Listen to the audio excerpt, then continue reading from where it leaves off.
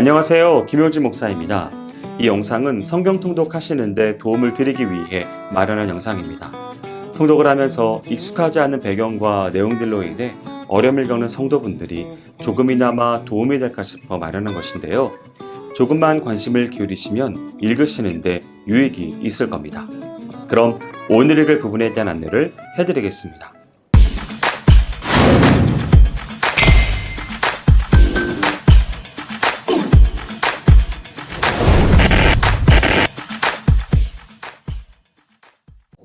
오늘 읽을 본문은 누가복음 1장과 요한복음 1장 1절에서 14절까지입니다.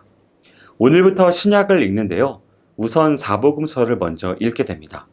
우리는 사복음서를 시간의 흐름에 따라 읽으려 하는데 따라서 사복음서의 부분들을 넘나들며 다루고자 합니다. 조금은 복잡할 수 있지만 이 시간을 통해 시간의 흐름에 따른 사복음서를 알게 되는 귀한 시간이 되실 것입니다. 누가복음 1장은 예수님의 탄생 과정을 보도하면서 예수님이 흠없는 유일한 인자로 태어난 사실을 집중하여 강조하는 장입니다. 1절에서 4절은 저자 누가가 자신의 집필 배경과 목적을 밝히고 있습니다. 예수의 생애와 죽음을 직접 목격하고 예수님으로부터 사도권을 직접 수여받은 복음의 제1세대가 서서히 사멸하는 시기에 순수하고도 권위 있는 복음의 기준을 마련하기 위해 복음서의 기록이 각처에서 추진되고 있었던 상황이었습니다. 이에 누가는 복음의 실체인 주의 생애와 이를 근거로 주의 승천 이후 오순절을 기점으로 게시된 교회의 태동을 목격 내지 통찰한 자로서 본서의 수신자인 당시 로마의 고위층 인사였던 데오빌로 각하의 복음에 대한 확신을 위해 집필을 시도한다는 목적을 제시하고 있습니다. 이는 단순히 데오빌로 한 개인만을 위한 것이 아니라 그를 대표로 한 당시의 헬라 문화권의 모든 이방인들을 위한 기록이었습니다. 본서의 저자 누가는 헬라인 출신의 의사로서 헬라 문화를 배경으로 한 상당한 수준의 지식인이었습니다. 이런 누가는 본서뿐만 아니라 사도행전의 저자이기도 합니다.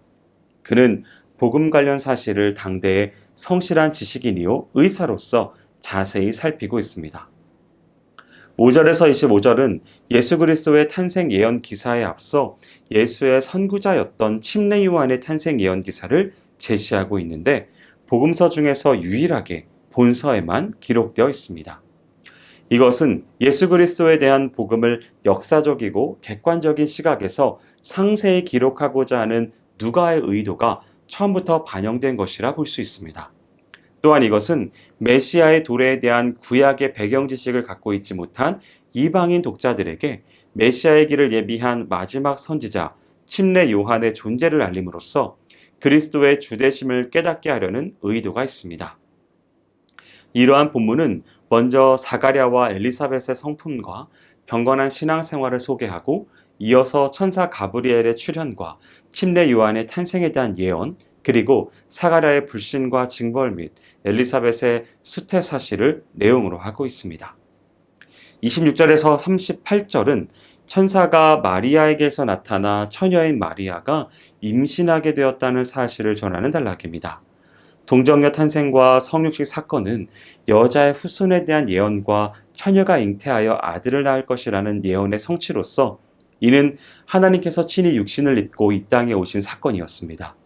그런데 이처럼 하나님께서 친히 육신을 입고 이 땅에 오신 것은 그것이 인간을 죄에서 구원하시기 위한 유일한 방법이었기 때문입니다. 즉, 인간의 죄를 대속하기 위해서는 인간이어야 했고 전혀 죄가 없는 완전한 몸이어야 했을 뿐만 아니라 자신의 대속으로 하나님의 완전한 용서를 보증할 수 있는 자이어야 했는데 이를 모두 만족시키기 위해서는 하나님께서 친히 육신을 입는 방법밖에 없었던 것입니다. 그리하여 성자 하나님께서 육신을 입고 이 땅에 오신 것입니다. 결국 동정녀 탄생과 성육신 사건은 인류 구속의 종교인 기독교의 정수를 이루는 사건이 됩니다. 39절에서 56절은 앞에서 각각 침례 요한과 예수의 이적적 탄생 예언을 들은 엘리사벳과 마리아가 만나 서로 찬양으로 화답함을 소개하고 있습니다. 천사로부터 수태고지를 받은 마리아는 즉시 침례 요한을 잉태한 친족 엘리사벳을 방문합니다. 이때 침례 요한은 복중에서 마리아의 복중에 있는 예수 그리스도를 알아보고 기뻐했습니다. 또한 엘리사벳도 성령에 감동되어 마리아가 메시아를 잉태하고 있음을 크게 기뻐하며 그녀를 축복합니다. 한편 46절에서 55절에는 소위 마리아의 찬가라 불려지는 찬양이 나옵니다. 여기서는 마리아 자신에게 베푸시는 은혜를 찬양하고 권세 있는 자의 비천한 자에 대한 하나님의 공평하신 심판을 노래합니다. 그리고 하나님의 이스라엘에 대한 사랑과 언약 성취를 찬양하고 있습니다. 57절에서 66절은 천사에 의해 이미 예언되었던 침례 요한의 탄생을 소개하고 있습니다. 침례 요한은 육신적으로 아이를 낳을 수 없던 아브라함의 가정에 하나님의 능력으로 태어난 이삭과 같이 하나님의 기적적인 섭리로 출생하였습니다. 이렇듯 아이가 없던 사가랴 가정에서의 이 침례 요한의 출생은 이웃과 친족 모두에게 큰 기쁨이 되었는데, 이것은 침례 요한이 예비할 예수 그리스도의 오심으로 인해 죄악 속에서 방황하며 신음하던 모든 사람들이 하나님께로 돌아와 크게 기뻐하게 되리라는 것을 암시합니다. 67절에서 80절은 사가랴가 성령 충만함을 입어 예언한 노래를 담고 있습니다.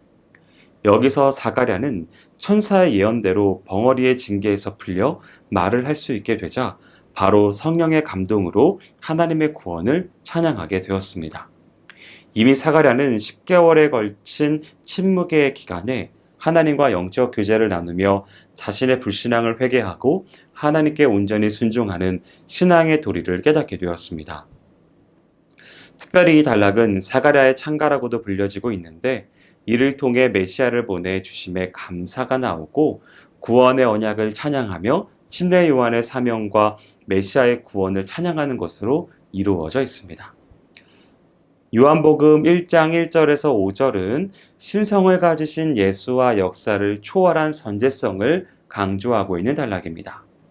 여기서는 예수를 말씀으로 표현하였는데, 이것은 문자 그대로 예수가 성육신 이전에는 말씀의 형태로 존재했다는 것이 아니라 예수께서 성육신 이전의 단계에서 여러 가지 사역을 하시던 중 주로 인간과 하나님 사이의 중개자로서, 특히 계시의 전달자로서 활약하셨음을 강조하는 표현입니다.